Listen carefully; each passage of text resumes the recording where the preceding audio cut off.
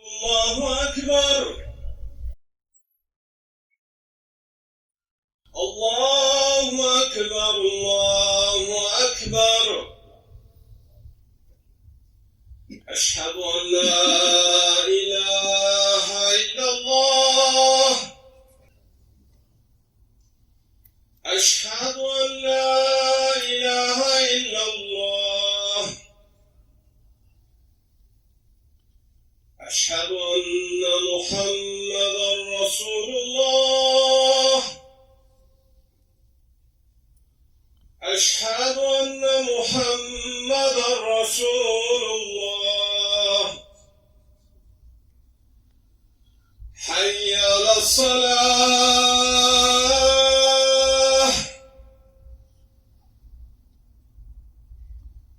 حي على الصلاة.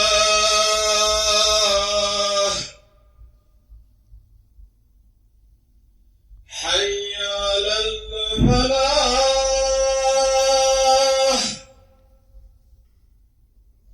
حي على الفلاح. الله أكبر. الله أكبر. لا إله إلا الله. إن الحمد لله نحمده ونستعينه ونستغفره ونعوذ بالله من شرور أنفسنا ومن سيئات أعمالنا. من يهده الله فلا مضل له ومن يضلل فلا هادي له. أشهد أن لا إله إلا الله وحده لا شريك له ونشهد أن محمدا عبده ورسوله وصلوات الله وسلامه على رسوله محمد وعلى آله وأصحابه الطيبين الطاهرين وعلى أتباعهم التابعين ومن تبعهم بإحسان إلى يوم الدين. يا أيها الذين آمنوا اتقوا الله حق تقاته ولا تموتن إلا وأنتم مسلمون. يا أيها الناس اتقوا ربكم الذي خلقكم من نفس واحدة وخلق منها زوجها وبث منهما رجالا كثيرا ونساء. أيها الناس، قال الله تبارك وتعالى في كتابه الكريم: أعوذ بالله من الشيطان الرجيم. بسم الله الرحمن الرحيم. يا أيها الذين آمنوا قوا أنفسكم وأهليكم نارا وقودها الناس والحجارة. صدق الله العظيم. Bugünkü cümə xutbəmizin mövzusu zərərli vərdişlər haqqında olacaqdır. Değerli Müslümanlar, ruhlar aləmindən ana rəhminə, ana rəhmindən dünyaya, dünyadan qəbrə, qəbirdən məhşərə, məhşərdən sırata, sıratdan da ya əbədi saadət diyarı olan cənnətə və yaxud da Allah qorusun əbədi bədbaxtlıq diyarı olan cəhənnəmə gedəcək ən şərəfli və ən üstün varlıq insandır. Ən son və haqq din olan İslam isə əbədiyyətə namizəd olan insanın canına və malına təhlükə yaradan, ağlını və idrakını zəiflədən, namusuna və nəslinə zərər verən, fitrətini pozan, fərdin, ailənin və cəmiyyətin huzurunu pozan bütün zərərli vərdişləri qadağan etmişdir. Təhrim surəsinin 6-cı ayəsində Rəbbimiz Əzzə və Cəllə belə buyurur: Ey iman edənlər! Özünüzü və ailələrinizi yanacağı insanlar və daşlar olan oddan qoruyun. Değerli müminlər, insanı sərxoş edən və ağlını başından alan zərərli vərdişlərin başında spirtli içkilər gəlir. Əxlaqı Kur'an olan Peyğəmbərimiz sallallahu aleyhi və aleyhi və səlləm Müslimdə gələn hədisdə belə buyurur: Sərxoş edən hər şey şərabdır və şərabın hər növü haramdır. Spirtli içkilər bütün pisliklerin anasıdır. İçki ucbatından aileler dağılır, ölümle nəticələnən yol qəza hadisələri baş verir, neçə həyatlar və ümidlər yarımçıq qalır. Buna göre de spirtli içkilerin hazırlanması, içilmesi, alınması ve satılması dinimizde haram edilmiştir. Spirtli içki ürək, qaraciyər, böyrək, mədə, bağırsaq, ağıl və sinir sistemlərinin fəaliyyətini çöktürür. Cinayətlərin 70%, avtomobil qəzalarının 61%, yanğın və ölümcül yanıqların 50%, suda boğulmaların 50%, iş yeri qəzalarının da 25%-i spirtli içki səbəbilə baş verir. Qiymətli müsəlmanlar, insanlığı fəlakətə aparan zərərli vərdişlərdən biri də qumardır.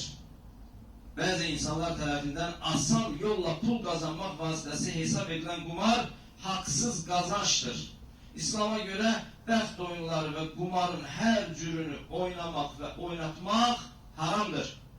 Kumarda uduzulan pulda ailenin yani arvad uşağının hakkı var. Kumar ailelerin dağılması gibi dəhşətli nəticələrə səbəb olur. Kumar oynamak insanı işin yerine tembelliğe sövq edir. Kumar özüyle beraber içki, yalancılık, hərislik, kin, intikam ve cinayet kimi nəticələri de getirir.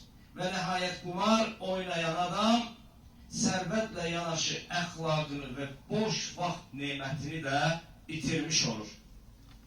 Gələcəyimizin ümidi olan gənclərimizin arasında yayılan başka bir təhlükə ise narkotik madde asılığıdır.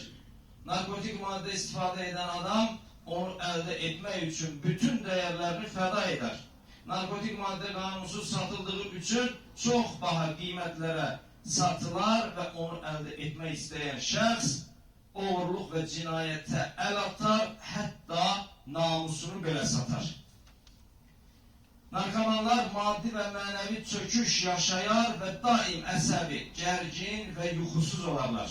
Və nəhayət bağırsaq, mədə xəstəlikləri, qaraciyər böyüməsi, böyrək xəstəlikləri, qan azlığı və dəridə ləkə və yaralar səbəbilə narkomanlar gənc yaşda həyatla vidalaşıb və qucaq dolusu günahla qəbrə girərlər. Zərərli vərdişlərdən biri də sigaret çəkməkdir. Sigaret mala israf olduğu kimi ağciyər, ağız boşluğu, qida borusu, böyrək, mədə və qan xərçəngi kimi ölümcül xəstəliklərə səbəb olmaqdadır. Sigaret qanı qatılaşdırıb infarkta səbəb olan ən mühüm amillərdəndir. Sigaret bədən immunitetini çöktürüb xəstəliklər və ölümə zəmin hazırlayan ən böyük təhlükədir.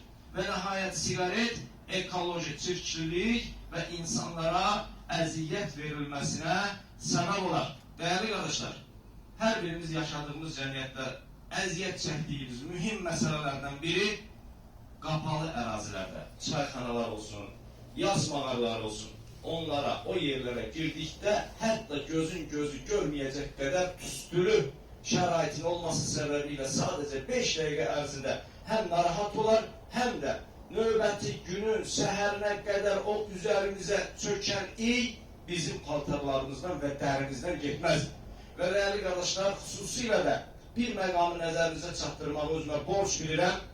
Sigaret çəkən biz böyüklər, əgər Allah qorusun, ailə üzvlərimizdən, qonşularımızdan, qohumlarımızdan bir nəfər, bir uşaq, bir yeniyetmə, bir gənc tərəfindən əgər əsas əxlaqlı, özünü nümunə alınacaq şəxs bilinir və bu çəkirsə mən də çəkə bilərəm, demək bunda bir fayda var deyib və o sigareti mənə baxıb, məni nümunə götürüb, bu çəkirsə demək ki, olar deyib, çəkirsə onun çəkəcəyi ömrü boyunca sigaretin məsuliyyətini, mənəvi yükünü mən daşınmış olmaramdır.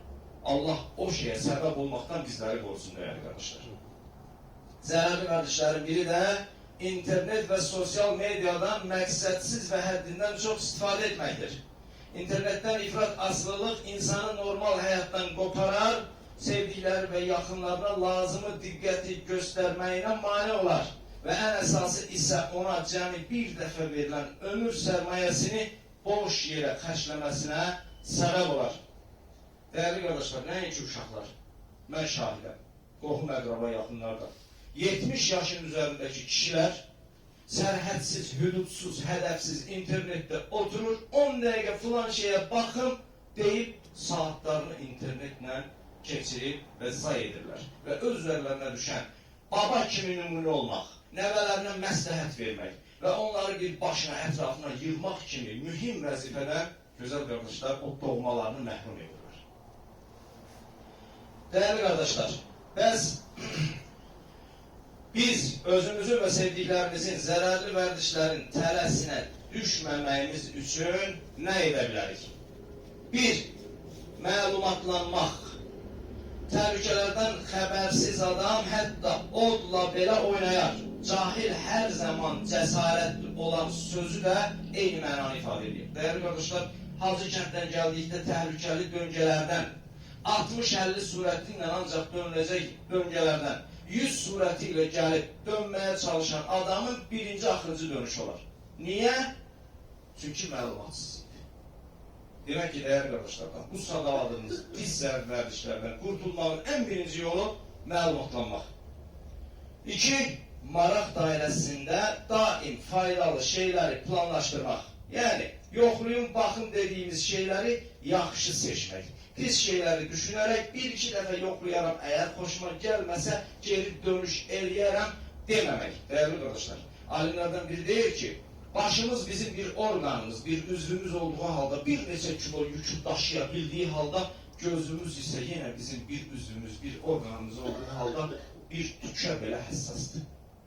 Demək ki, mənim başım bir neçə kilo yükü götürür, gözüm də götürəcək demeyin. Aman aman elə şeylər var ki, bir-iki dəfə yoxluyum, sonra xoş olmasa, bəyənməsəm geriyə dönüş eləyərəm, əsla və əsla demeyin. Çünki bayaqdakı misaldakı kimi baş bir orqan olduğu halda, bir neçə kilo yükü götürdüyü halda, yenə də gözümüz bir orqanımız olduğu halda bir tükə belə həssasdır. 3. Moda və ya dəbə əsir düşməmək. Yəni, dəyərli qardaşlar, əxlaqsız ətrafın təsirinə düşməmək. Məsələn, bir valideyn olaraq kosmos əsrində yaşayırıq. Uşaq öz həmyaşıdlarınla, tələbə yoldaşlarına, məktəb yoldaşlarına, şagirdlərlə diskotekaya getsə və yaxud da o növdən olan yerlərə getsə, nə zərər ola bilər ki? Nəticədə həmyaşıddırlar, nəticədə gözümüzün qabağındadırlar. Deyən bir valideyn əslində moda və dəbə nə düşmüş olur? Əsir düşmüş olur. Və nəhayət 4. ən mühim məsələ mənəvi boşluqdan özümüzlə bərabər yaxınlarımızın qurtulması və imanımızı qüvvətləndirmək, dəyərli qardaşlarım, zərərli vərdişlərdən qurtulmanın ən mühim çarələrindəndir. Allah bizi və xalqımızın hər bir fərdini zərərli vərdişlərdən uzaq olub və bizə cəmi bircə dəfə verilən həyat nemətini həyat verənin istədiyi kimi yaşayıb və əbədi axirət yurdunu qazana bilməyi nəsib eyləsin. Dəyərli qardaşlar, keçmişini bilməyən gələcəyinə dair qərarlarını doğru verə bilməz. 25 noyabr tarixi Kəlbəcər rayonunun işğaldan azad olunduğu gündür. Allah bu uğurda canını, sağlamlığını, səhhətini fəda edən və Rəbbimiz huzuruna zərrə qədər belə olsa imanla çıxan bütün müsəlman qardaşlarımızı bağışlasın, onlara mərhəmət eyləsin, onların məqamını alə eyləsin, dərəcələrini uca eyləsin və bizə də, xalq olaraq bizlərə də müstəqillik, birlik, bərabərlik, əmin-amanlıq nemətinin qədrini bilib özümüzdən sonraki nəslimizə də o nemətləri ötürə bilməyi və nümunə ola bilməyi nəsib eyləsin. Barakallahu leyhi və lakum fil Qur'anil azim və nafa'ani və iyyakum bima fihi minəl ayati və zikril hakim.